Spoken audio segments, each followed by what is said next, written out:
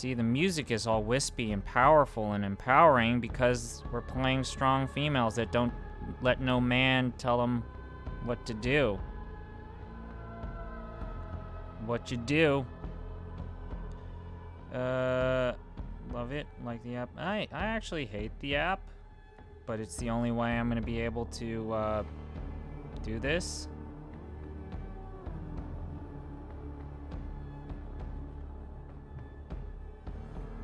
We live? Yes. Okay. Finally got it. Okay, let's load. Ah, yes. Thank Lord for, oops, no. Echo. Hey, Echo. No, I don't appreciate Echo.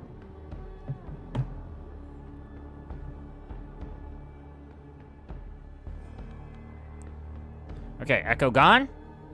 Echo gone. I think we're good. Okay, so last time, we messed up a guy. I'm a little loud, I am. Well, thank you for pointing that out. I appreciate all comments.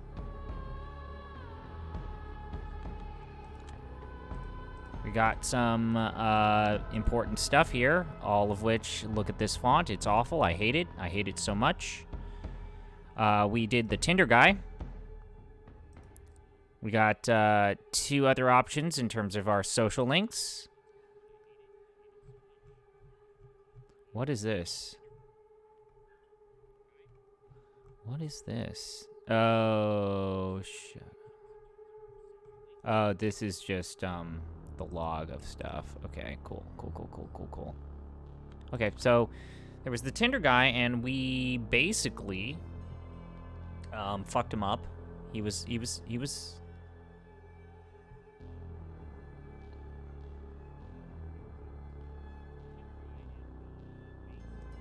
And I don't really have any good gauge of what to do next. So retributive justice, a meathead bullying his unfortunate victim. I probably shouldn't interfere, but what better chance could I find to test what I've become? Danse macabre. Time to swing a little more on the devil's dance floor. The club beckons.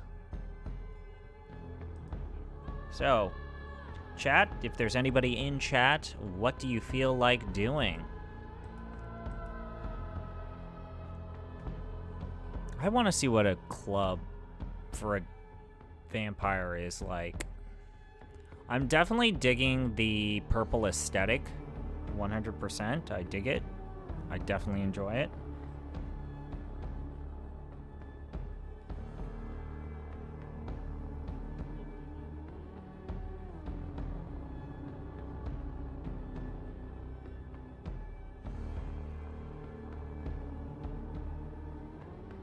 But you guys in chat, tell me what you want. Do you want to go to the club or do you want to beat up a bully? He looks like an MRA guy. Look at this.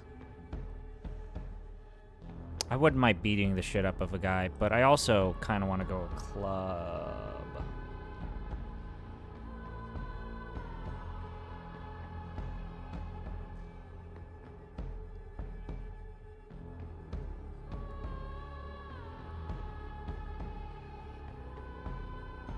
Oh, the A's are already down on their game. That's great. I don't need more depression and disappointment in my life right now.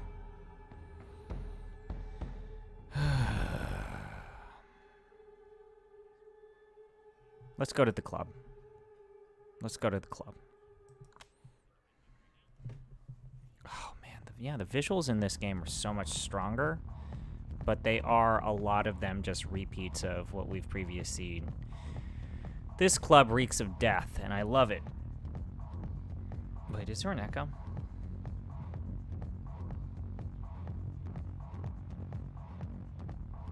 I'm hearing an echo from time to time.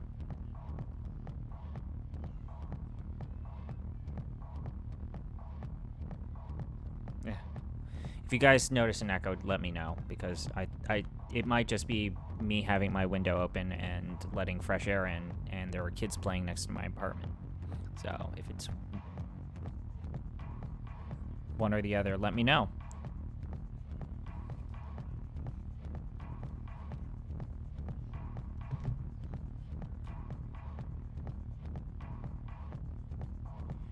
All right. No. Now there's an echo. Okay. So, the club reeks of death, and I love it. Don't we all? I've been here quite a few times, but I've never seen anything this breathtaking. Everyone around me is whacked out of their minds, and as they keep dancing madly, the spirits dance beside them. Spectral silhouettes phase in and out of existence, becoming more visible the more intense the music grows. It looks like a bizarre ritual, a profane mass. Again, that sentence would not need to be involved in a scroll if this fucking dialogue box went the entire way. I keep complaining about that. Like this. It's literally one word: tormented. If this dialogue box was even like half a centimeter longer, I wouldn't need to scroll up and down for this bullshit. We're clubbing, arbitrary. We're clubbing. But it's undetermined if this is like a ghost, vampire, ghoul club, or if this is just generic club. I notice it's the voice samples the ghosts react to the strongest. The most suggestive ones cause them to appear distorted, even tormented. Oh, shit. This is a club for ghosts? It's as if something was struggling to be born out of the harsh sounds, and the dead were hoping to be reborn alongside it. They're all uneasy, quivering with desire for something far beyond their reach, probably the same as when they were alive. This is a club for ghosts and ghouls. Sometimes the living dancers spot their dead counterparts. It's usually the most manic ones who notice something out of the corner of their eye for only a split second, but never realize what they've glimpsed. Some apparitions dance to a completely different tune than the rest of us. Only they can hear. Those seem the saddest. So this is a club full of ghosts. The spectacle is eerie. At times, it's unbearably melancholic. Above all, it's beautiful. I guess, ghosts don't eat, but ghosts need to club. Ghosts need the smack. I keep on moving to the rhythm until I reach a trance-like state, and then something even stranger happens. Every now and then, when I brush against someone, a fragmentary vision appears before my eyes. A car burning on a freeway, an outreached hand in the depths of the sea, a man jumping out of a skyscraper window. Memories of the past, preventable visions of the future. I have no idea what it means, but I'm strangely eager to find out. Goth vampire! Goth vampire! Every single time we have a goth vampire, it's been the best! Give me goth! Give me vampire! Goth vampire! Goth vampire. Punk goth vampire. Baby daughter clone. And then there are dancers like her, ones that aren't ghosts, humans, or even vampires, but something else altogether. This new world is full of mysteries, and I plan to get to the bottom of them all. But for now, I just want to dance. Wow, what a night. Girl, are you just hanging out on the rooftop of a fucking building with a cigarette in your hand?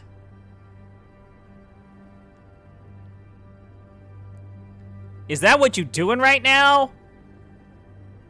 This is already more locations and animations than the first game.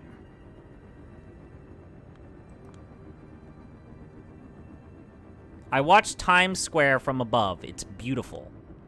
Never thought this place could make me emotional, to be honest, but here I am, feeling deeply moved. Who would have thought? Getting up here was surprisingly easy, all things considered. Took more thought than physical effort.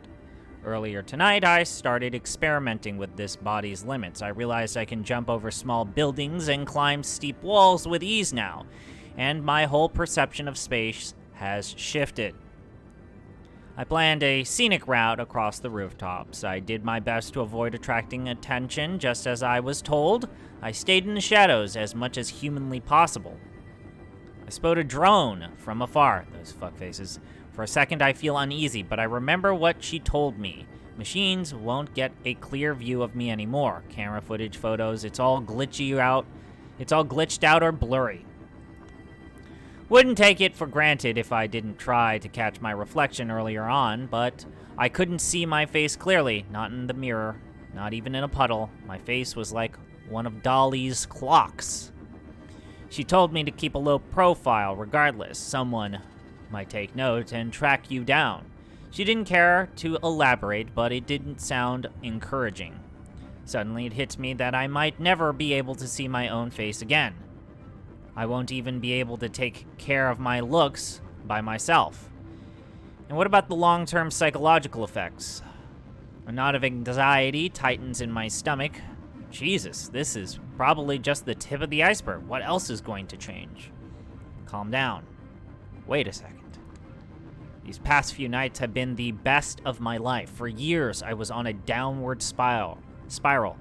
Failing health, no future, a feeling of overwhelming powerlessness. Now, everything has been flipped upside down, a total paradigm shift. A bad ending is no longer the only option. I am actually looking forward to tomorrow. I forgot how that feels. Like, I cannot emphasize enough, this is, like, more animation and more production values in the first, hour and a half than the previous game? And the previous game is, like, twice as long.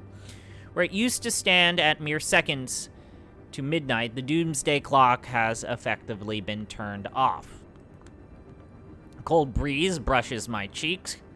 As stupid as it sounds, I choose to read it as the world telling me to chin up. I can bend anyone to my will. I am capable of superhuman strength. I am a master of shadows. I can do anything. Tomorrow night, I will be introduced to my duties. If everything goes according to plan, I will become a New York City representative of Clan La Sombra. Ah, yes, a respectable clan for once. Woo! Woo! I forget, what was La Sombra? No, I know La Sombra. They're not the artsy ones. La Sombras are... They're probably the most straightforward vampires. Let me open up my digital rulebook. La Sombra.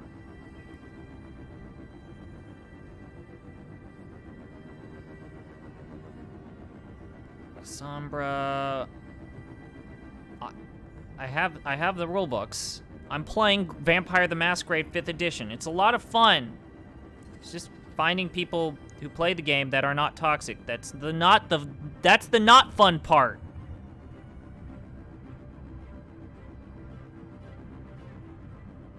You can take the toxicity out of the game and the company. You can't take the toxicity out of the community. God damn it. Oh, they're the medieval vampires. That's right. So in 5th edition, they are the vampires that are basically from the medieval times. And so they're all about, like, knights, lords, and, you know, that kind of thing. They also are the ones that believe that, you know, failure is not an option, and if they get into a state where they are going to fail, they're just going to try harder. Basically, if you're by yourself and you're up against 3 people, even if you know you're going to lose, you're not allowed to retreat. Mechanically, that's the problem, is, like, you cannot retreat from combat. Once you commit to a character that you want to fight, you don't give up. So imagine if you would, not being able to withdraw from combat ever in D&D. That's how La Sombra do. Like, that's actually the mechanical limitation to those characters.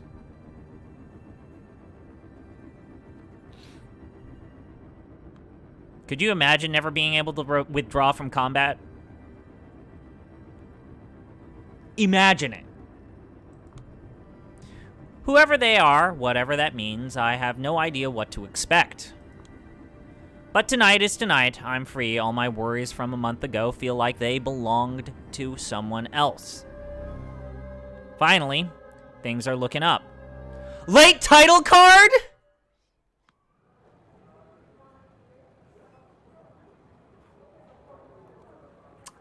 Why did I not get to this point in the first place? Why did I chicken out and start reading that book? March 2020.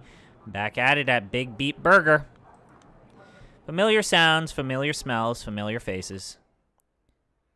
Yeah, girl, just kick it up and put your feet on the table. That's not fucked up to the janitor at all. Yet again, I'm recalling that night when everything finally seemed to change for the better. I mean, it's not like I wasn't expecting everything to go back to the old depressing normal, even in the thick of it. The rational part of me recognized my state as temporary. But with these highs, there's always a hope it won't end, or maybe that an ego death will finally occur. Be satisfied, you stupid fucking bitch. I command you. Here's all the logical evidence for why you should be satisfied. Here's the obvious direction for your life. And here's a detailed explanation of how you should treat the people that care for you. No dice. I always fall back into the same old habits. It's like they were encoded deep in my DNA. The aimlessness, the powerlessness, the spiritual exhaustion, these goddamn fast food trips, the stupid fucking self-loathing, now amplified whenever I drink somebody's blood. Are you sure you're not Toreador if you're already self-loathing? Or no, are you sure you're not Ventru? Maybe I should just blame it all on the misfortune of my birth.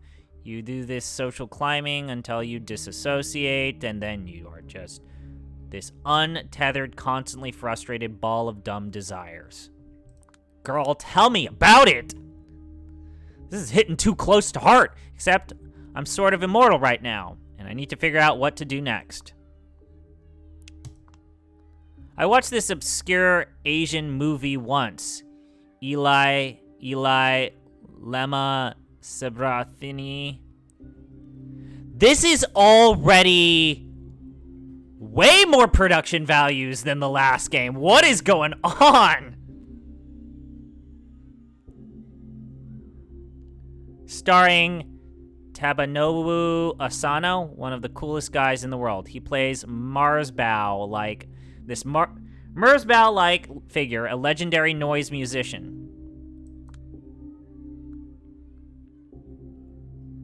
There's this mysterious virus spreading around the world, causing despair and mass suicides. A rich CEO's granddaughter gets sick and longs to die, so he spends a fortune searching for the cure. Turns out, Asano and his friend, played by this Violet Onsen geisha guy, are traveling through Japan, searching the corpse-strewn towns and fields for any unique item that can produce beautiful sounds.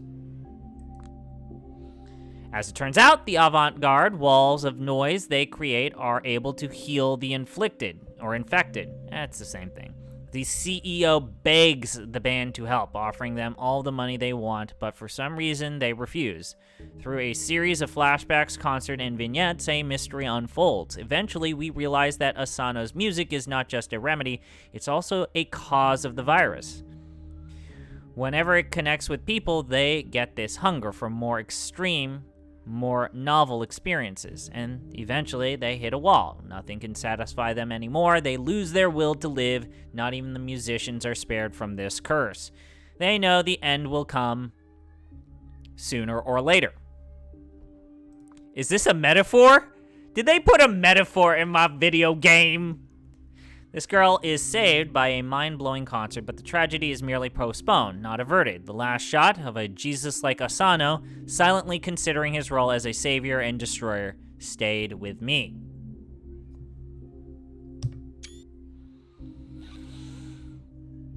This is the most vampire I've ever been. The form of the film is abrasive, little to no narrative coherence, some weird cartoonish creative choices, the Japanese noise soundtrack, the freedom and hard-to-understand weave of themes. But at this point, movies like this are all that truly connect with me. I, 3 weeks ago, saw Hausu for the first time, girl, so I am with you in spirit. Hausu is not a movie, it is a lifestyle choice or a religious experience. I'm the New York City representative of the La Sombra clan now, also known as the Night Clan. They are masters of shadows who can cast distorted reflections and make modern tech go haywire in their presence. Last year, a few months before I was embraced, the La Sombra had joined with the Camarilla, the biggest and most traditional sect in the vampire world. That's right, they used to be with the Bruja. Actually, no, yeah, they were, Shit, I should know these different branches. Let's check the dictionary to see if it explains this shit. The Anarchs and the Camarilla. There's a third group. There's independent groups, which are not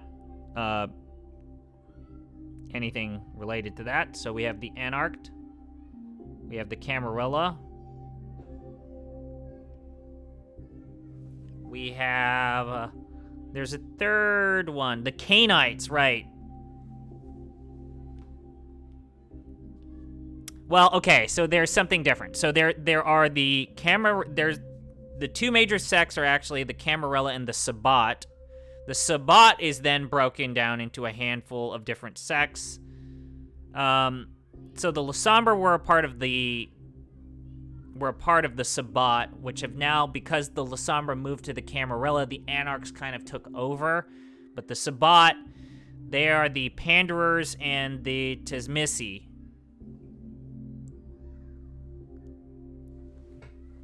And they're the ones that want to go back to the antediluvian ways of life for the vampires. Right. The two groups actually used to fight each other, but our leaders found some intel that made them reconsider their strategy, so they sent a diplomatic mission to parley with their historical enemies. The deal they got in Chicago was simple: an unlife for an unlife. For every La Sombra vampire allowed in the Ivory Tower, one La Sombra vampire has to meet their ultimate end.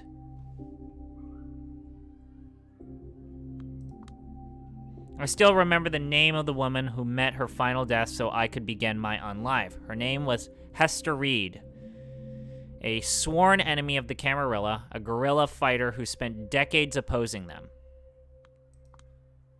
She was someone with far better principles than mine, from what I've gathered. Well, whoever she was, her execution by my sire served to convince the NYC elites to give us La Sombra a chance. Then they set out to look for a mutually agreed upon candidate who'd become the clan's rep in the city. My sire searched for someone who gave the impression she was more than she appeared. The local court was looking for someone who could walk all over. After long negotiations, they decided I was a good compromise. They proceeded to systematically destroy my entire life just to make me show I was psychologically strong enough to join their ranks. The turncoat special, they called it. Somehow, I succeeded. And it eventually led me right back to where I started. Sigh. I stopped writing and put my pen down. Ah, shit, it's you! Fuck! You have a propensity for chopping people's heads off, if I seem to recall last time. This fucking bitch. Will that be all?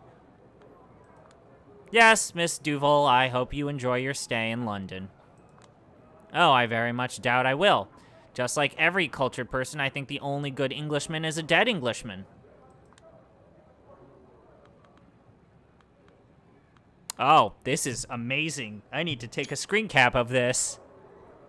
How do we insult her under our breath? How do we insult her under our breath? Huh. She's privileged scum, sure. Just get the hell out. Or she's a fucked up serial killer. I'm feeling fucked up serial killer.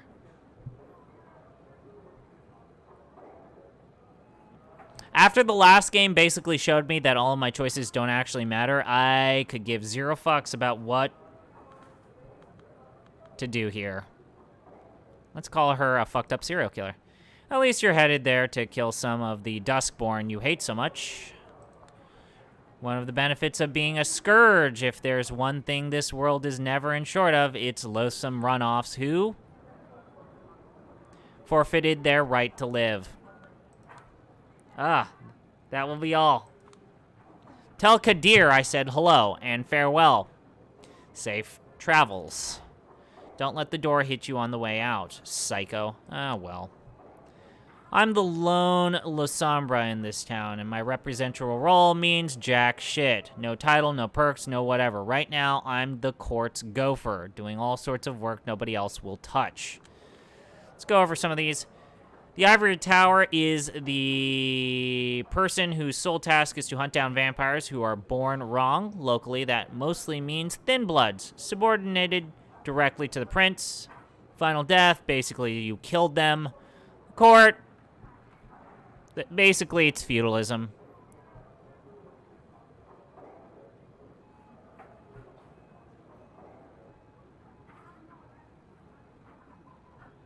Thin bloods, clanless vampires whose blood is so diluted they are difficult to tell apart from humans.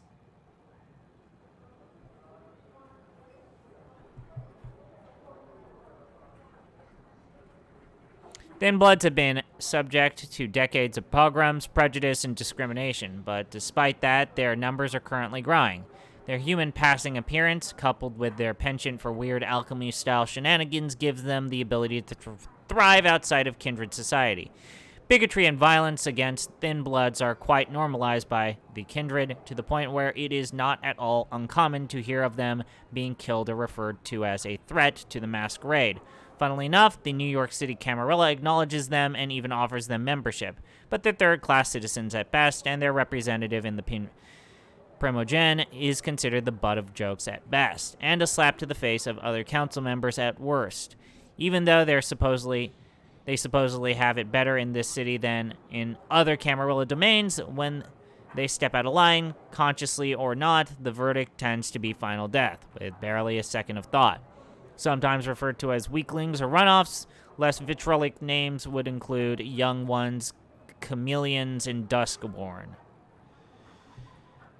Scourge, a very unpleasant person whose sole task is to hunt down vampires who are born wrong. Locally, that mostly means thin blood subordinated directly to the prince. So this is actually why our character in the previous game was set to be killed, is because he was created unfairly, but then he was adopted by our previous friend, and we were no longer a thin blood. Okay, my main duties being a sort of immigration officer. Fuck ICE. See, New York City is probably the biggest vampire travel hub in the USA, and definitely the biggest one on the East Coast. Almost every kindred arriving from Africa and Europe comes through here. Are you gonna do some Ellis Island bullshit? The local Camarilla is nuts about bureaucracy and population control, so every vampire leaving or arriving in this town is supposed to check with me to inform me about their travels. Well, in theory at least. The VIPs play by the different roles. They take care of this stuff through connections and servants. But for the smaller fish, I'm like a vampire Statue of Liberty, the first bloodsucker every kindred coming to New York City should see, on paper anyway. The first after the prince, or Kadir, the Primogen Council, these things vary. Yeah, I'm a naturally traitorous Lasombra, so they still prefer being traditional and hands-on about these things. As I said, at the end of the day, I'm just a gopher, and this work only serves to remind me I'm not quite in, just standing at the gate. They haven't even given me an office. I just meet everyone in public places, such as coffee shops or this fast food restaurant. Some consider this an insult and lash out at me, but luckily most of them understand we're in the same boat, only here because we're curs who need to be reminded of our place from time to time. ... Speaking of, my last client is 15 minutes late, and I still have more errands to run tonight. This is getting irritating. To be honest, I should just find some self-respect and leave. But I won't. I'm sorry. My sorry upbringing left me with this stupid sense of responsibility. 10 more minutes pass. Eventually, an unfamiliar woman appears by the door. She tells someone to stand by the door and walks in. That's not mysterious at all. I'm not crazy in saying that the character models in this game are far better than the first one. I think I feel pretty good about saying that these character models are actually better.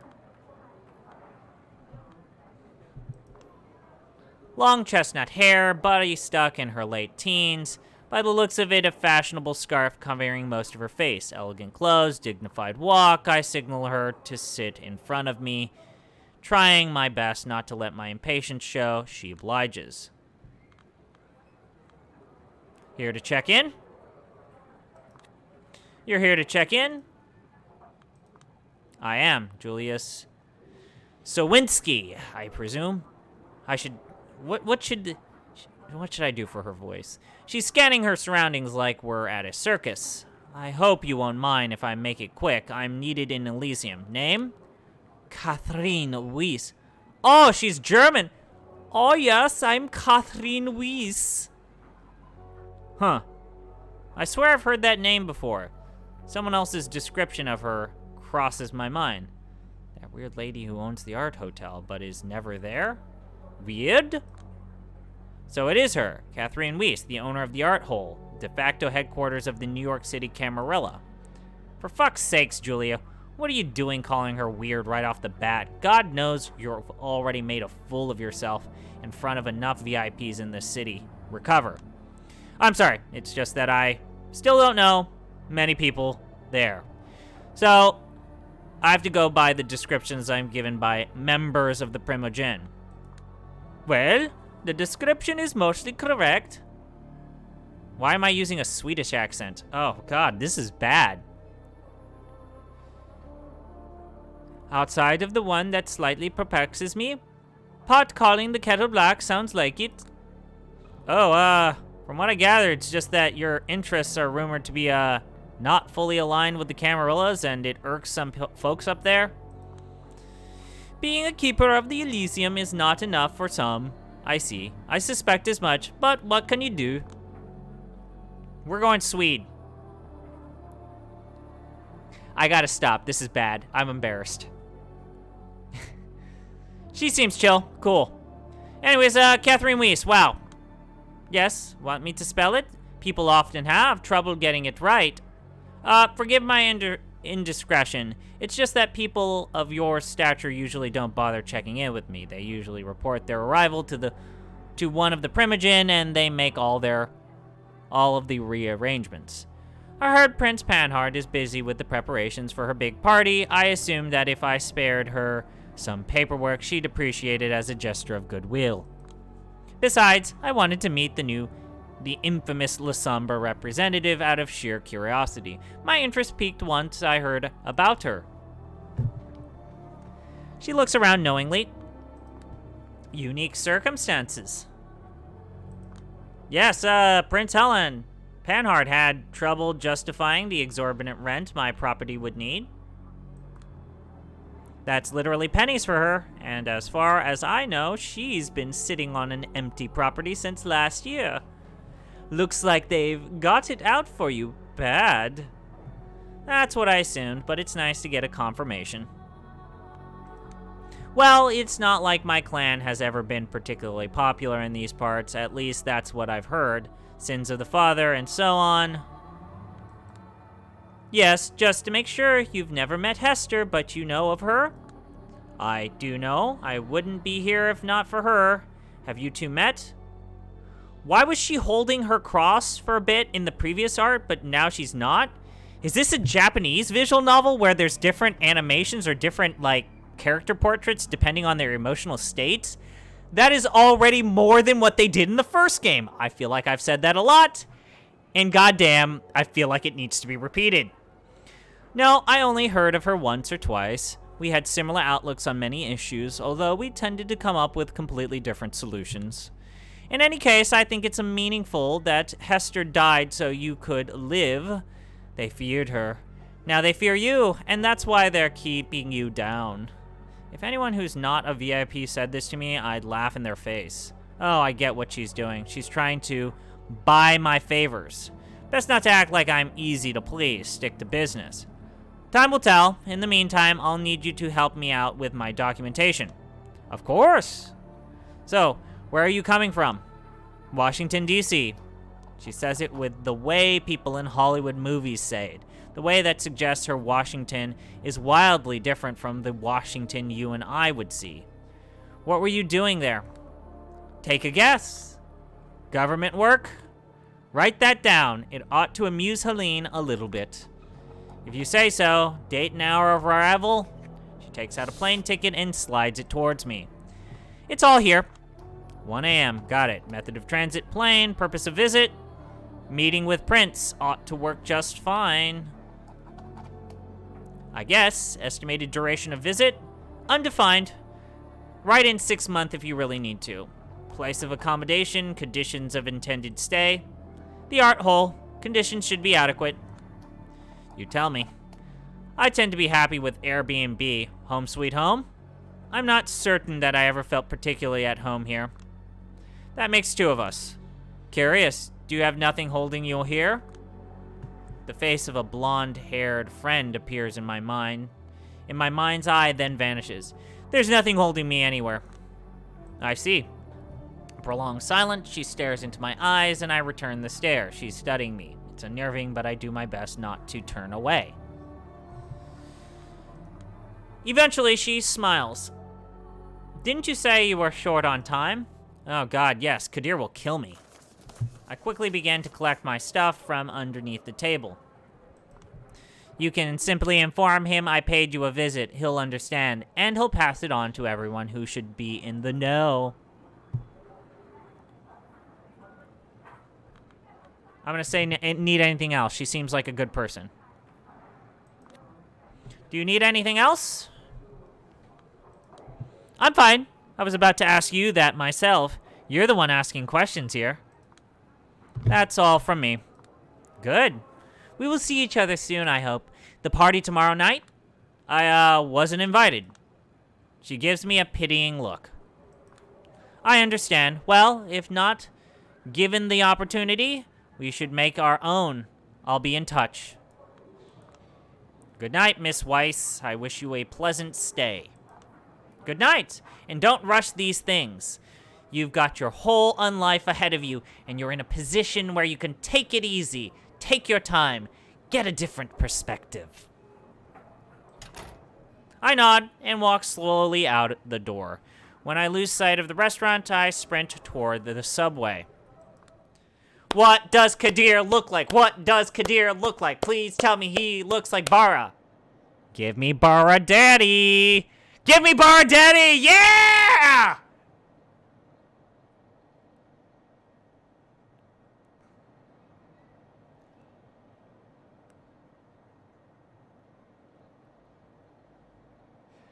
Ah! All right. You look, different. Definitely looking different, Kadir. I wish. You're late again. By the way, I hope you have a good excuse. Kadir al-Asmai, the mighty sheriff of New York City, is not happy with me. No wonder.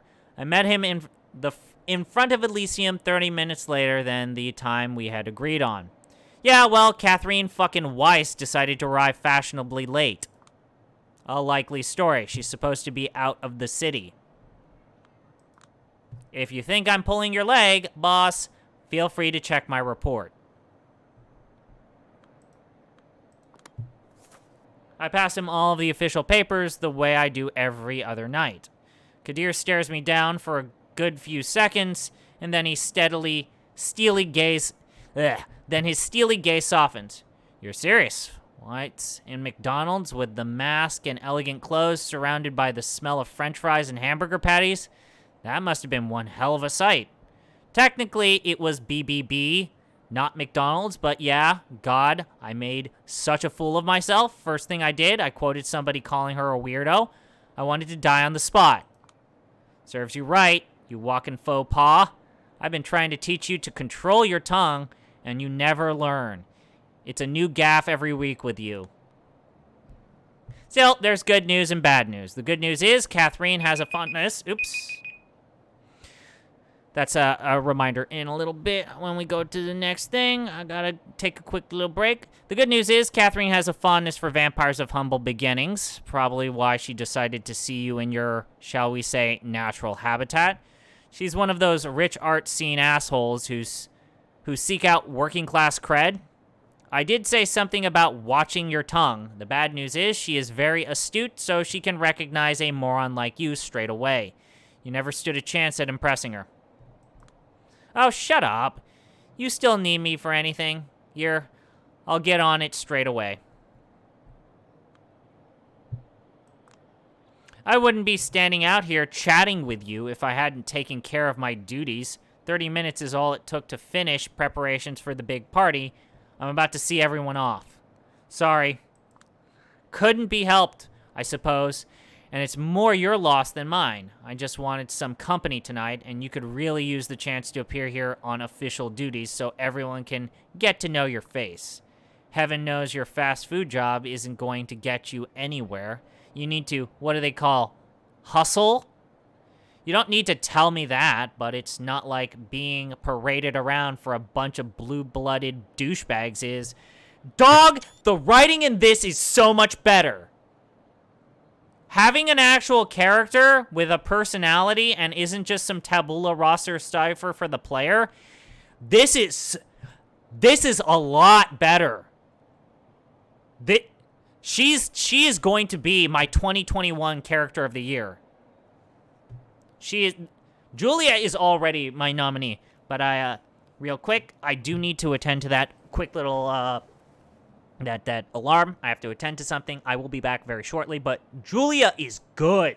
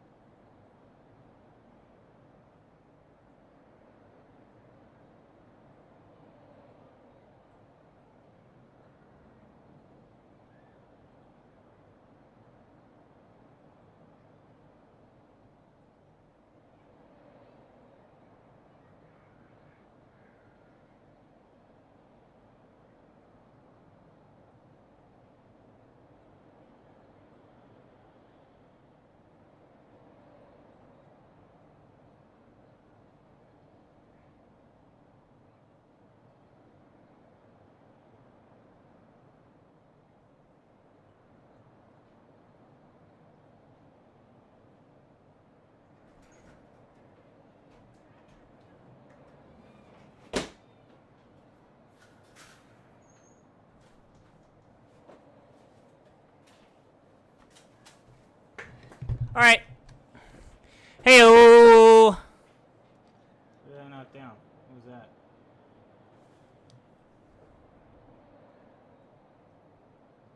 Okay, let's start from here. You all there? Julia good? Julia good. Julia, you don't need to tell me that. Ugh. Hubba, hubba, hubba, hubba, hubba. Pedal pack, peppers. Okay, you don't need to tell me that, but it's not like being paraded around for a bunch of blue-blooded douchebags is. He somehow manages to give me a painful nudge in the back without so much as a hint of visible movement. Language! You fool, they're coming out. Just stand here in silence for 5 minutes and focus on not embarrassing yourself any further, will you? Got it. Why wasn't this the version of Kadir we got in the first game? This Kadir is cool. The first two silhouettes appear... The first two silhouettes appear in the doorway of the art hole. An old man in a wheelchair pushed forward by his young servant. Haven't seen either of them before. That's one way you can design a vampire.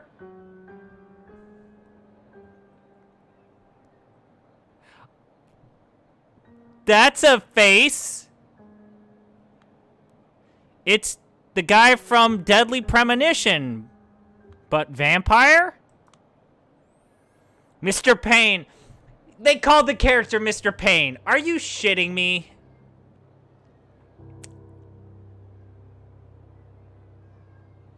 Mr. Payne, the night is still young. Hope you find the rest of it pleasant. Payne, the wheelchair. I've heard about him.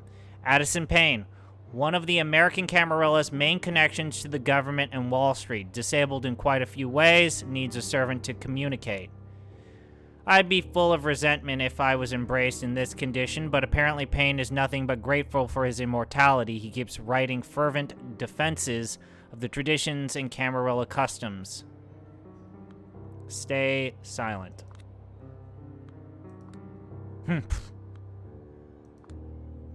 He wordlessly shakes Kadir's hand, but doesn't even deign to acknowledge me.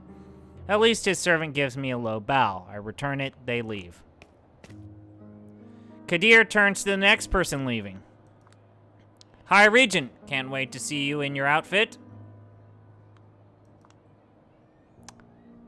Right. Right, you. Right. She's the leader of the Blood Mages. Shit, what? What's that clan called? That was Agathon's clan. Spare me, Sheriff. These fancy dress parties caused me enough suffering without your help. I can only hope you haven't conspired with Helene to embarrass me with this gift. She points to a shrink-wrapped set of clothes she's carrying inside her coat. Kadir smirks briefly. I didn't have to. As you well know, Prince Panhard displays a considerable foresight in the matter of party planning. Yes, if there's one thing she's deathly serious about, it's frivolities. A recognizably mortal quality, especially for a prince. We ought to celebrate it, not oppose it. Why do you have so much more personality, Kadir? Wasn't the whole thing with Kadir that he was unable to convey emotion and personality? And now he's like a sarcastic son of a bitch, and I love him. He's a brown noser. Oh man, don't worry, Sheriff. I'm a big girl who knows her etiquette. I will play your game, amuse the crowd a little bit, and return to my study as fast as possible. Aisling Sternbridge, High Regent of the Chantry of the Five Boroughs. A hero of the Battle of New York. The biggest warlock in town. Could be a prince herself if she didn't have her eyes on a bigger prize. The thing is, nobody knows what that prize is. They only know it has something to do with the goal of her thaumaturgical research. Whoever tried to find out what it is failed violently. Oh, I'm sure you're going to have fun, Miss Saninsky here has just informed me Catherine Wise is back in town. It is safe to assume she will join our festivities. You're kidding me. She did say she will attend the party. It's not safe to assume, it's certain. She told me she will be here tomorrow night. Weiss? Excellent. I'd love to catch up with her. The barely concealed venom in her voice clearly suggests that, in fact, she'd hate to catch up with her. Yes, he was the cop. He was the guy who arrested people. Yes, it looks like tomorrow night will be very special, but for now, I bid you adieu. And she's gone. Is there some kind of story between Aisling and Weiss that I should be aware of? You could say that. High Regent Sturbridge once attempted to call for a blood hunt on Weiss. Wow, why? I've heard 5 different versions of the story, and all of them seem plausible. Catherine's relationship with this city is odd, to say the least, but hush for now. He's obviously trying to kill the conversation, and the appearance of Thomas Arturo gives him a perfect way out. This fucking piece of shit.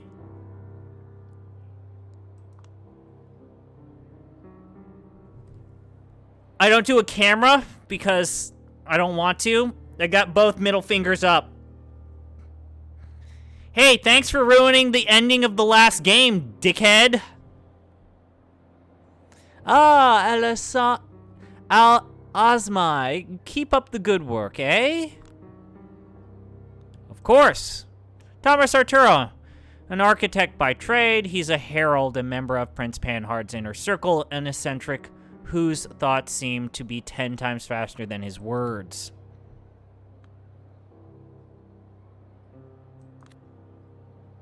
Any tasks for me, Mr. Arturo? I'm always ready to prove myself. Ah, yes, yes. He disappears into the night. Well, that was brief. Maybe I should stand in their way. That might force them to properly acknowledge my existence. You severely underestimate their dedication to ignoring whelps like you. And just in case you're serious, I beg of you, don't. Okay, let's go here. Not much different than the archaic human usage whelp in how you refer to your kid when they're fucking up. Kadir loves to use it to put me down from time to time. Harpy, a kindred gossip matter extraordinaire, will often trade their wisdom for favors or political gain. While Harpy originated as an insult, some have taken the term back and wear it as a badge of pride. After all, who doesn't need a friend who has dirt on everyone? Blood Hunt, a punishment sentencing a vampire to final death at the fangs of their peers. The code of the kindred and the system for punishing transgression is the law of retaliation. Clan Tremere. Yeah, they're a Clan Tremere.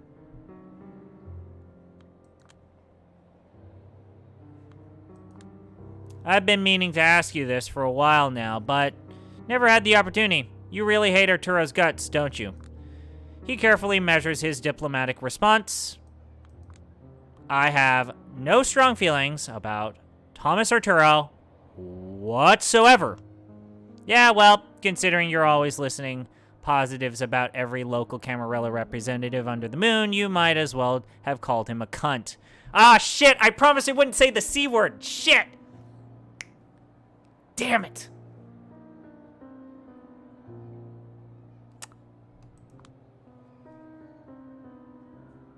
Fuck!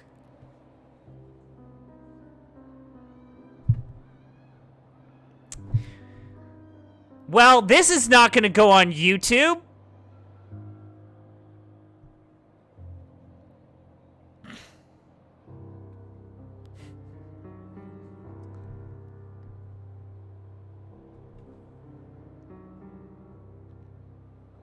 I'm literally facepalming right now.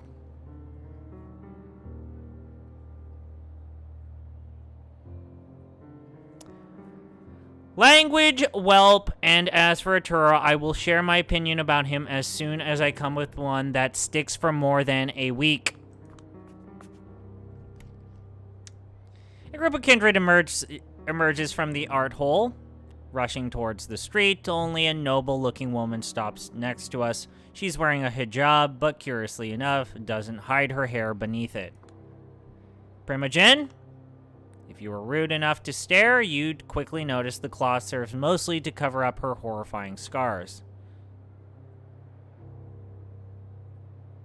Samira. Kadir. Oh, and young Julia. I'm doing my best not to stare because Samira is one of the few New York City Camarilla figures who hasn't been an asshole to me yet. Still here. Did the prince require the clan of the Hunts counsel in some matter? Yes, I advised her that no matter how hard she tries, she shouldn't expect me to wear a different costume tomorrow night. She's the Banu Hakim Primogen. Just like the Lasombra, their clan was independent from the Camarilla until relatively recently. However, they negotiated a better deal than we did. They have a Primogen for one. Hailing from the Middle East, the Banu Hakim are drawn to the practice of justice. The rule must be upheld and every transgression punished. They don't have much say in New York City, but the press often seeks their judgment. It's just good PR. So imagine, if you would, because I need to get away from this complete transgression of my own. The Banu Hakim. Imagine if you could.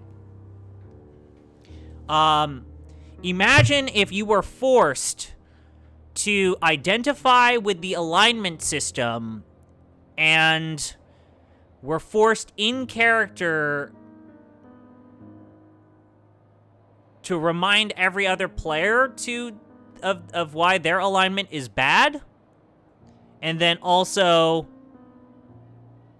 having combat bonuses and positives and negatives against people if they identified with similar, like, alignments.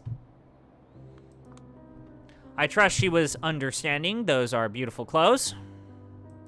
Thank you so much. I am eager to see the outfit you came up with.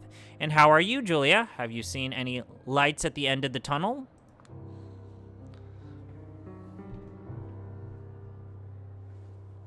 Same old, same old. Same old, Samara.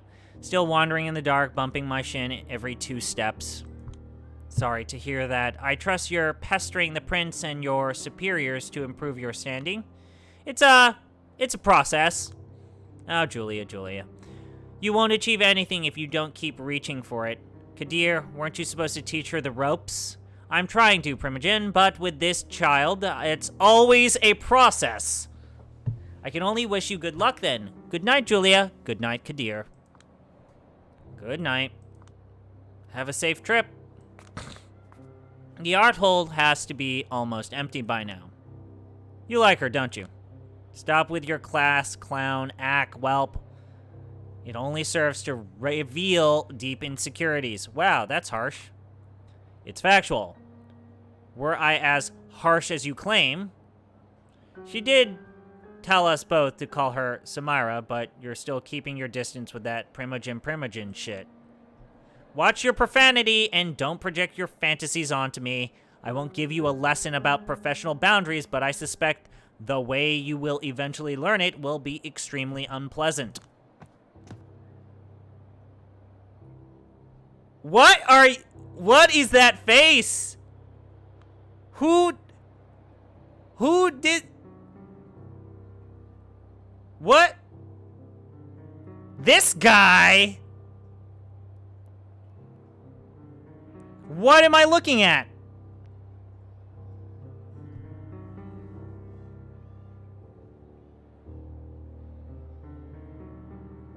What?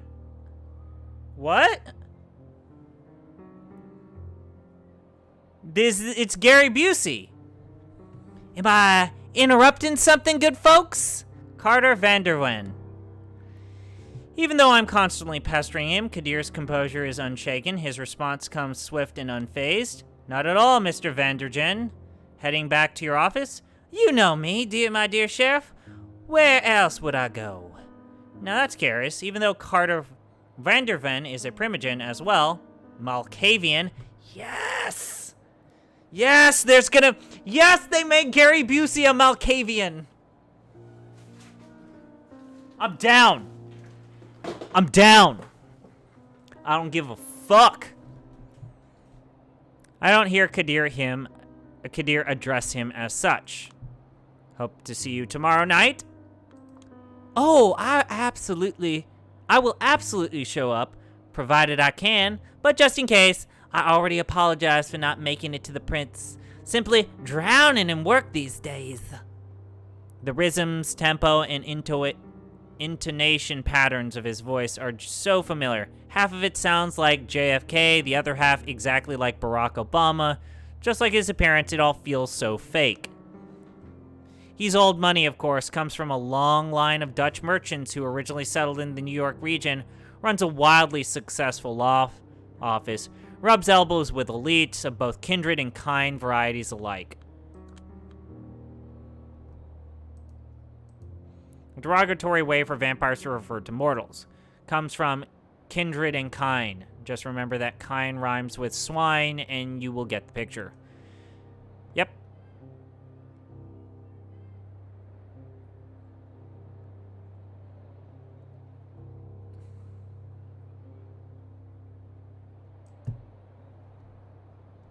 Right, the Banu Hakim are also the Assamites.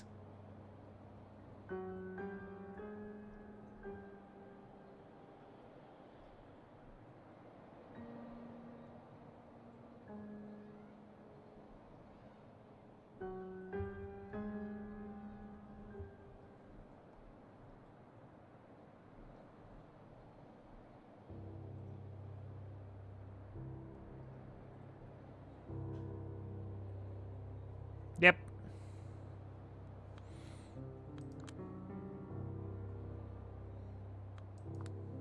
He seems perfect in every way, and that's why he's so unnerving. He's a child of Malkav and must be blighted with some affliction, but whatever it is, he doesn't let it show. Hard not to wonder what he's hiding.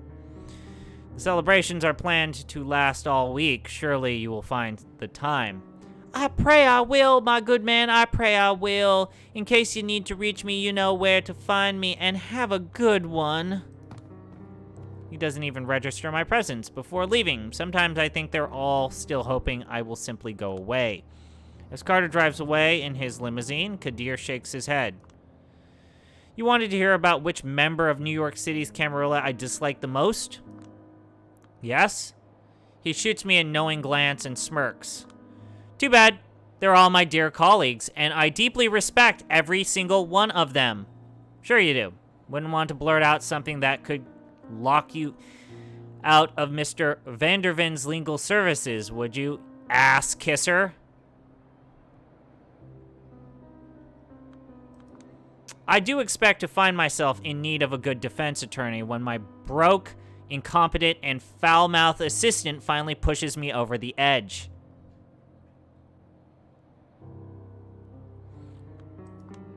Rude! Do you still need me here? I still need to swing by St. Patrick's tonight. Don't worry. We're almost done. The prince is coming out. The captain is the last person to leave the ship, huh? And there she is. Helene Panhard, the big kahuna, as someone I once knew would call her. The de facto ruler of New York City and a self-professed patron of the arts. Kadir, a penny for your thoughts?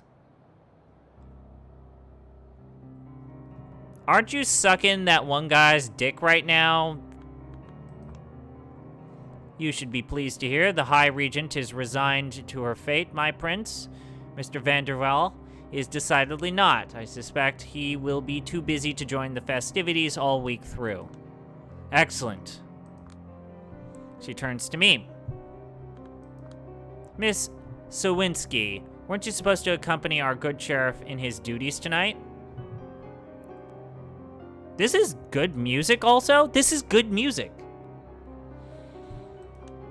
There was an unexpected change of plans. Catherine Wise is back in the city.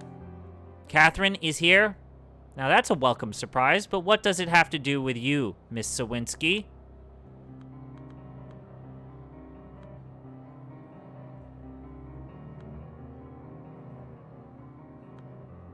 She wanted to amuse herself.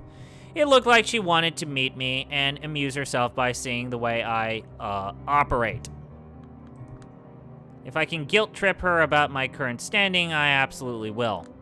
Ah, so the two of you met in a fast food restaurant, my prince. I see. Helene rubs her eyes. Catherine and her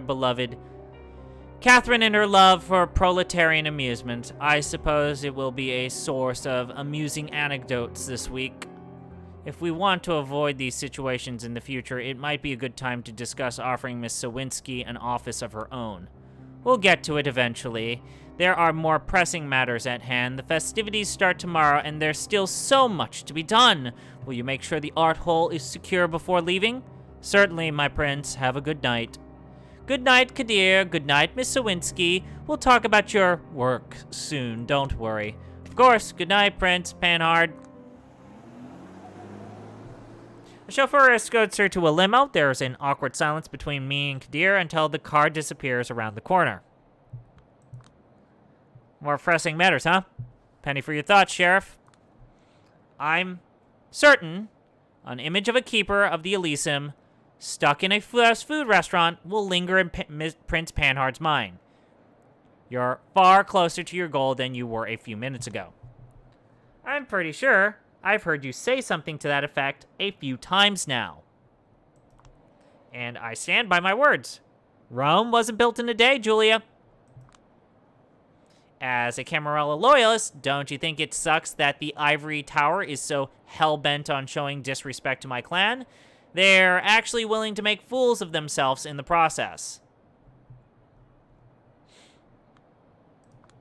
We've all had to endure our own hazing rituals, but yes, the current situation is not ideal. Whatever. You need a hand closing up the Elysium. I'll manage. It's getting late. Better run. Some shadow in Chicago is probably impatient to get a copy of the reports you've given me. You've pleased one master. Now it's time to please the other. Yeah, here's the thing about working for two masters. Neither of them really thinks of you as their own. Not knowing how to reply, Kadir shrugs. I wave to him goodbye and head for the subway.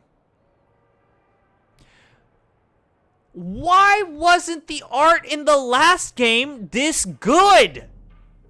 Purple Goth Cathedral.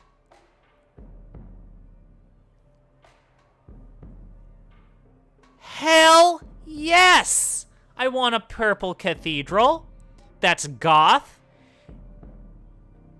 It's Arkham Asylum, but more neon. Well, well, well, the prodigal daughter returns. This guy. Look at that t-shirt. Look at that t-shirt.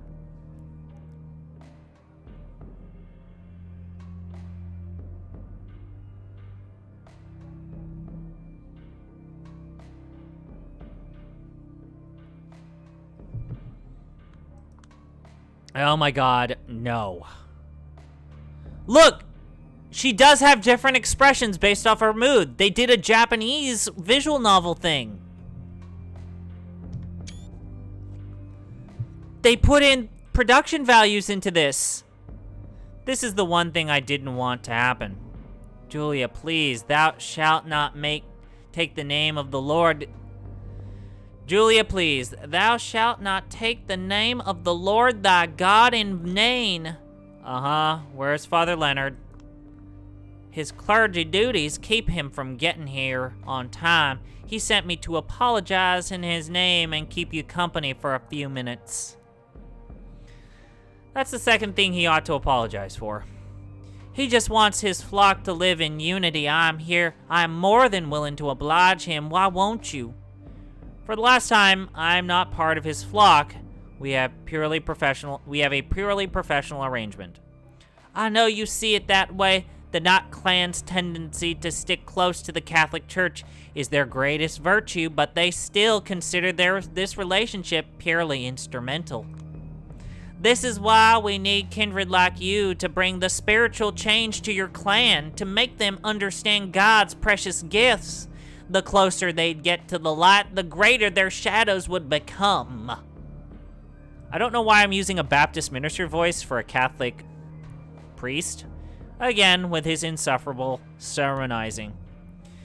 Benoit Siegel here is a local nutjob and an ex-artist, a degenerate who had some sort of complete mental breakdown in the 90s. To recover, he took to religion for solace and guidance.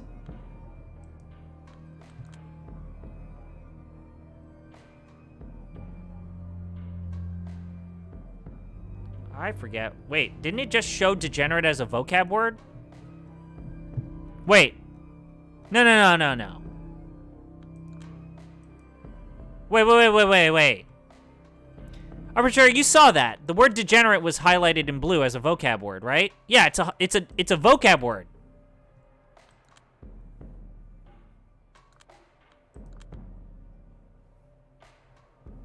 Where? Well, that's weird.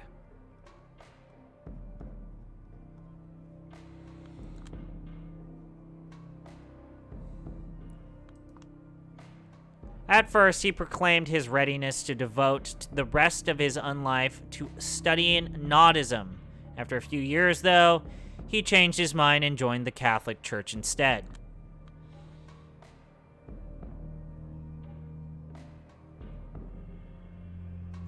I like how these dictionary entries are written with the perspective of the character. That's good. OG vampire. That's good. That's good shit. As luck would have it, his neophyte's zeal found a major target in me. When I first met him, I was studying enough to tell him I was raised Catholic and still identified as such, somewhat. He immediately pictured me as some sort of a force for change within the Camarilla and set out to put me back on the righteous path. Now he won't stop preaching to me, apparently, until I become a nun. Remember, the darkest place is directly beneath the candle. You turncoats have this unfortunate predisposition to find salvation right within your grasps, and then you lose your way in the shadows. Christ. Once he starts, he just won't stop. I guess it's time to bring out the big guns. By the way, I was meaning to ask, got any news about Sophie Langley? A painful grimace crosses his face, but doesn't linger. Kind of rude to change the subject, you know. Rude? I'm just looking for a topic both sides of this conversation would care about. You know, like any guide on etiquette says you should. Salvation is a topic close to anyone's heart, whether they admit it or not, and it's pretty bold of you to assume I still care about Langley. Wait a minute.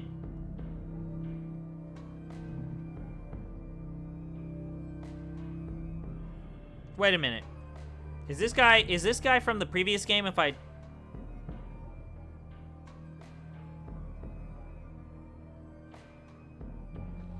I might not have met him.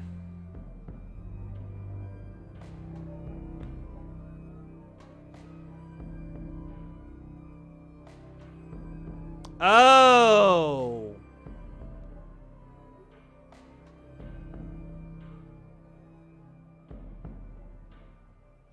Yeah, this guy was one of the social links that I did not get in the first game. He actually, I read up on this. He is a toreador that is religious, and he's able to practice the true faith, which is really cool, because the true faith is the one thing that connects all of the World of Darkness tabletop RPGs, is there's like a religious order that can just perform, I undo all of your special abilities. He was the person we were supposed to confess our sins to. I do not assume, I'm certain you do. The second she retires from the public eye, you start acting like Yeezus-era Kanye and start acting like Jesus is King-era Kanye. Coincidence? I've never had a Yeezus era. Do people really call it that? Here's how it's going to work. Tell me what you know. I'll tell you what they say. And keep in mind, I don't know she was your sire until... I didn't know she was your sire until a few nights ago. Hell, I haven't even met her. He winces a bit at me, saying, hell. But lets it go. Sure, I figured you would have prodded that wound long ago if you knew. But what do you care anyway? Better to let you drone on about your tormented past than to let you carry on with your good missionary shtick. Professional curiosity. Once a journalist, always a journalist. He scratches his head, then exhales in a sad mockery of a chuckle. Fine then, I'll do my best to make it short. But just like you said, Sophie Langley, every New York kindred's beloved socialite was my sire. We first met sometime after World War II. I left France before the Nazis went around the Maginot Line. I struggled to keep my siblings alive with my art. I watched my brother die during the flu epidemic in 1943.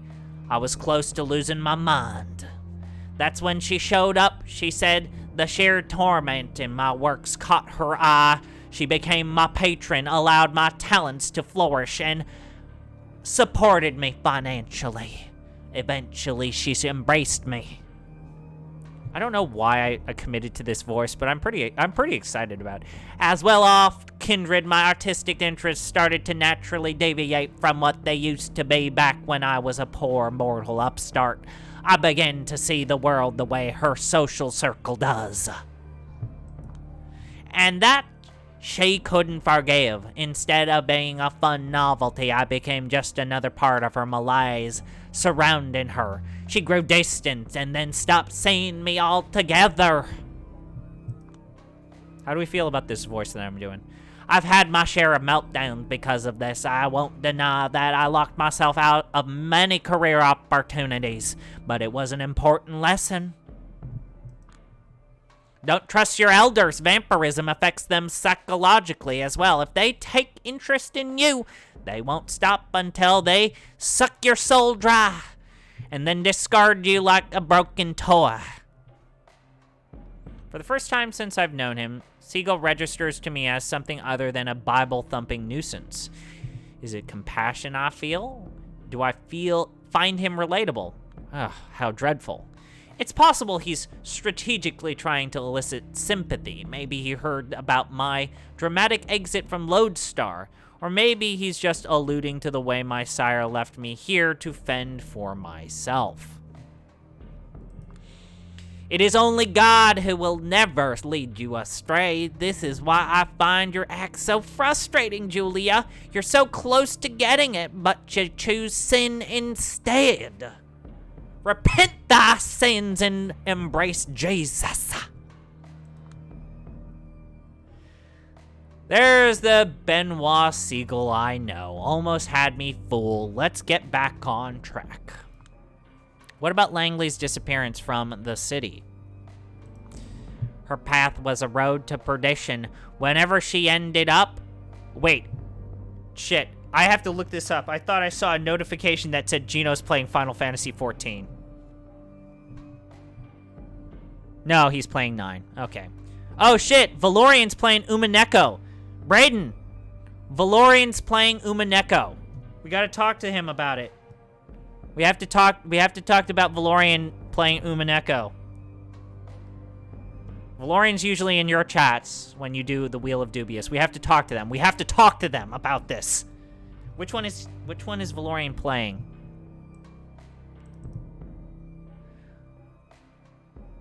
Umineko When They Cry question arcs. Oh, damn. Valorian's even deeper than you and I. They are playing the side quest business.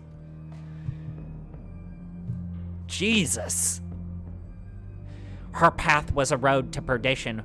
Wherever she ended up, I doubt she's too happy about it. She had plans for the future of this city, wanted to make it her ultimate artwork. She was always the vain one.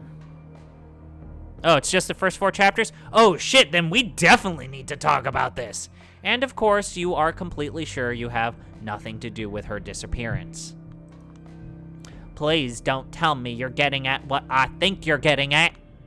Everybody says you've been acting like you're trying to repent for something ever since her vanishing act, and you've got a motive. Of course I'm getting at what you think I'm getting at. Benoit shakes his head.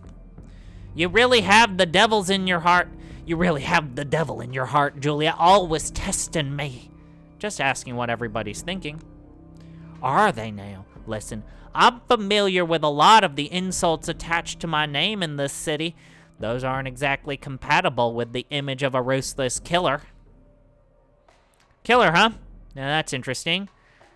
I haven't said anything about killing. He scrubs his hands over his forehead and corrects himself before responding.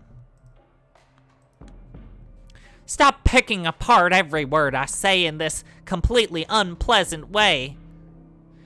Here's a statement if you really want one, Miss Hercule Poirot. I do believe Sophie, the way I always knew her, has met her end. Even if she's still walking this earth, she wouldn't come back here as the same prideful aristocrat. She'd have to undergo a spiritual rebirth. Someone has reminded her of her place. Her former friends talk of her in hushed voices. Even that servant play toy of her went missing. No more Camarilla parties. She's done for. Ah, shit, our character's dead too. That's a bummer. Give me a minute.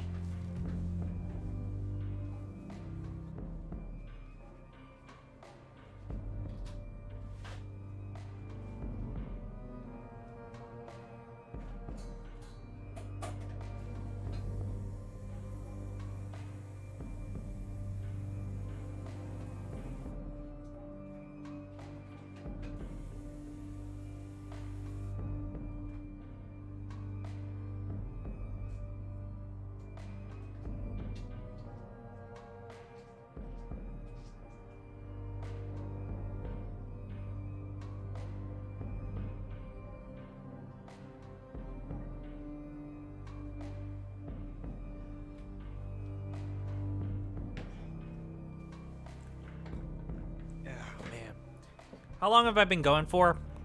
I'm on the mobile phone app to listen to chat, and it doesn't display the time.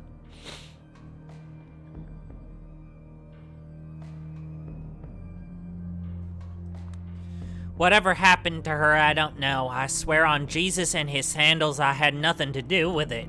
But yes, I'm still here and she's not. And it's not a reason to gloat, but to be more humble.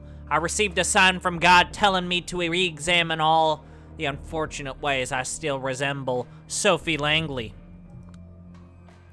And I listened. I rejected the pride I shared with her. I renewed my vows to God, recommitted to preaching his greatness. I mean, this is why we're having this conversation in the first place. Right now, when I think of Langley's influence on my life, I am grateful. I am grateful because she was a sign that got me here. And if God wills it, maybe one day you'll look at her the same way, Julia. Mental note, whenever he circles back to this preachy tone, it's time to intervene. All right. If it makes you feel any better, I think that the only way a wimp like you could have hurt her was by boring her to death with Bible quotes. Now then, quid pro quo, tit for tat. You were saying people still talk about me. I was curious if, oh, look who's finally here. Stalling for time worked. Father Leonard rushes in our direction carrying a folder of documents under his arm. I assume it's the one I came here for. Father Leonard. This face. This face. That's a face. Christ be praised, Julia. I can't do this. Christ be praised, Julia. Yesterday I told this is how priests greet their parishioners in Eastern Europe. Forever and ever, amen. Actually, I think we said each other's lines. Never mind. Another long night, isn't it? Taking a toll on you? Ah, no need to worry. These days I sleep a few hours a day. Short naps take care of the rest. And there's always work to be done. I apologize for being late. At least I managed to get here before you and Benoit went for each other's throats. Good. I was getting worried. Oh, who do you take me for, Father? He takes you for a total bozo who's about as effective at converting people as a documentary about pedophilia in the Catholic Church. And he's just too kind to say it out loud. Julia is the best. Ouch. Hear what I have to deal with, Father, but don't worry. We'll make a saint out of her yet. Forget saint. For now, I'd settle for an adult in the room.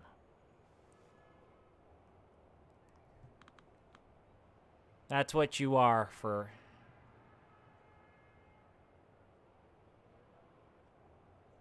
Passive-aggressive much? He's 70 years older. I'm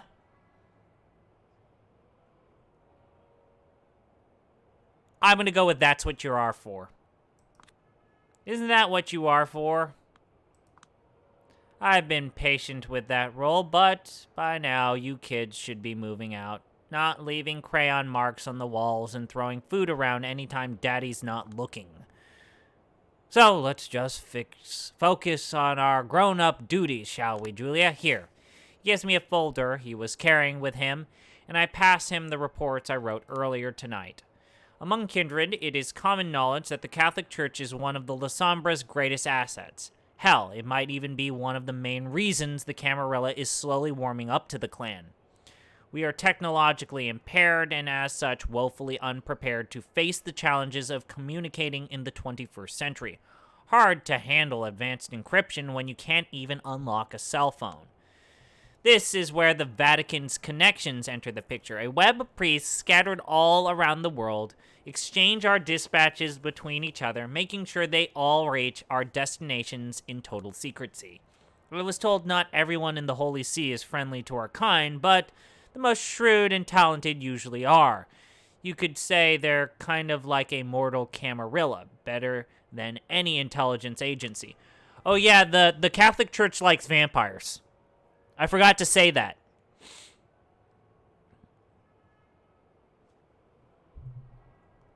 Okay. Remember what happened to John Paul I when he attempted to uncover the workings of the Institute for the Works of Religion? Death after 33 days of papacy, rumors of CIA and Masonic involvement. Not that Father Leonard has anything to do with any of this. For a Catholic priest, he's all right. He'd probably made me stay a believer a few years longer than I did had I known him as a teenager. Leonard is intelligent, kind, helpful towards his parishioners, treats his superiors with a healthy dose of skepticism, and is not involved in any sort of political church games. Well, at least not beyond helping me contact my bosses in Chicago every other night or so. He knows about the kindred, and he knows about the Second Inquisition. He opted to avoid the latter in order to keep the former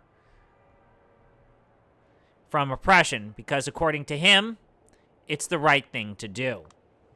I know there's got to be something wrong with him, some selfish motivation maybe, and I haven't nailed it down yet, but it doesn't feel like he's making an effort to hide it, so I'm giving him a pass. By the way, I hope you don't mind, I finally took the liberty of asking how your parents are doing. Thank you, Father, but you shouldn't have. Not a problem. A priest at St. Stanislaus, Koska, is a good friend. He says your parents started showing up every Sunday again, front rows. Your father is looking better and better. It makes me feel nothing, but I still give him a token nod and a grateful smile. Thank you, Father Leonard. Now, if you'll excuse me, the sunrise is almost here. Yes, be careful, and God bless you. Amen. Goodbye, Julia. I'll let you off the hook this time, but next time you won't be so lucky, all right? Jesus will protect you. Sure. Just one more thing on my never-ending list of events I'm not looking forward to. Guess it's time to call it a night. Hell yes, this is what your room looks like. Hell yes, you have a Reefer Madness poster. Julia has taste.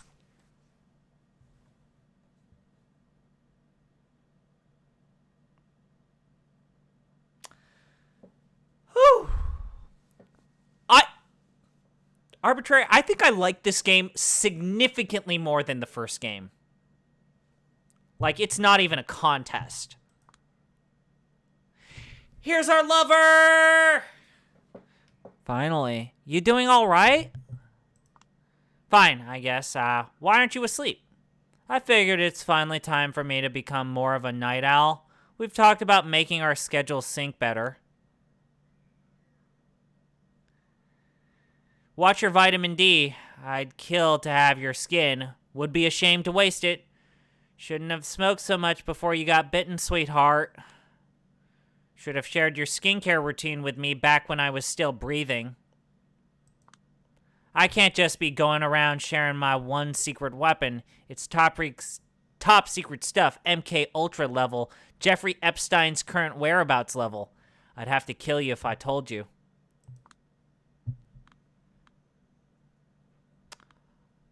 Fuck yes. They don't even fucking dance around it. They are lesbian lovers. Fuck yes. Okay then. Love you too, hun. Come on. What's with that attitude? Nothing. I just thought, we're beyond hiding secrets from each other. I guess I was wrong, but okay. I get it. I really do.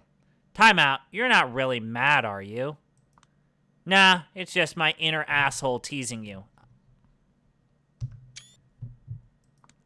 Hell yes! Never mind.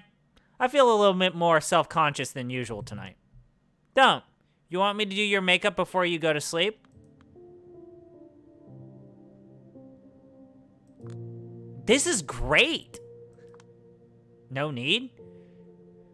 Weren't you supposed to have some sort of big party tomorrow night? I was involved in the backstage stuff. What makes you think I was invited? Because you're the coolest, cutest, and most all-around amazing person I know? They'd be insane not to put you on the short list? Believe it or not, but most vampires are pretty insane.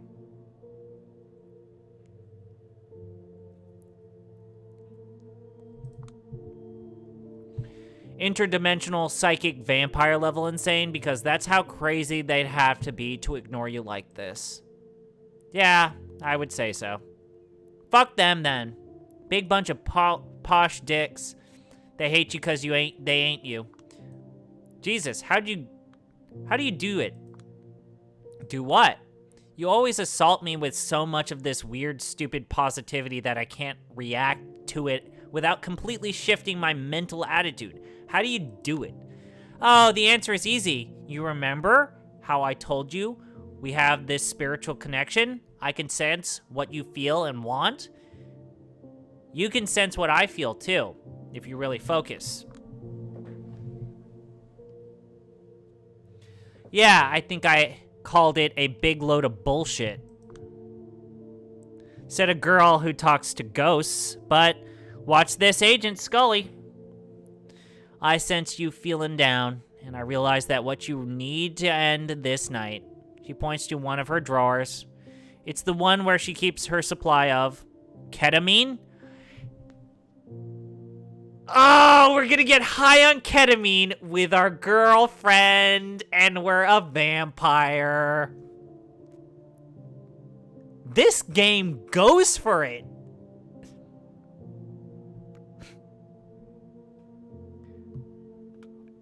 This game goes for it, man. We're gonna get high off ketamine with our girlfriend, and we're a vampire. We're a lesbian vampire. Man, fuck yes. This is great. I love this. This is awesome. What? No, wrong drawer. We're not meeting demons. We're meeting angels. Ah! MDMA? Ding, ding, ding. Took it half an hour ago. Perfect timing, thanks to our spiritual connection. Ready to fly away? The mood isn't right. I need music. Got a special SoundCloud playlist ready to go, prepared specifically to uplift one Julia Sawinski. Just give me a sign and I'll press play. Jeez, you're impossible. That's why you love me, I hope. I give up. Come here. Let me have a taste of you.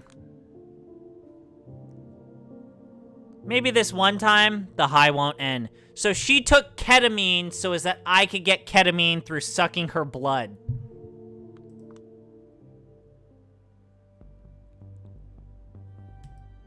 All right.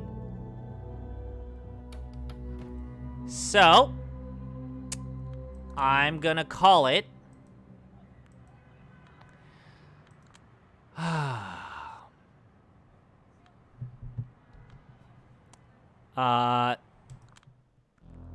I'm sold. I don't know about you. This is way less interactive. This is basically a scripted story. I'm in it. I'm 100% sold. I don't know about you, but this might be one of the most compellingly written visual novels I've played in a long time. And Julia is by far the best character in a video game I have seen this year. And I really like Cosmos. But Julia is probably my character of the year so far. And I was thinking Hope was going to get it from the last game. But this is great. This is great. I don't know about you, but this is great. But until I see you next time, I'm going to be signing off. Hopefully this was fun. This was good for me. I hope it was good for you. It seems like there's a Jeff Gerstmann stream that we might want to tune into. I'd be down with watching Jeff play some classic games. Also, Gino is playing. This was amazing. Kadir has a personality? Oh, it's another garage stream? You know what? A garage stream might be what I need in my life right now. I don't know if that makes sense. I think I need a garage stream. I think I need a garage stream. Anyways. This is great. All right. Peace.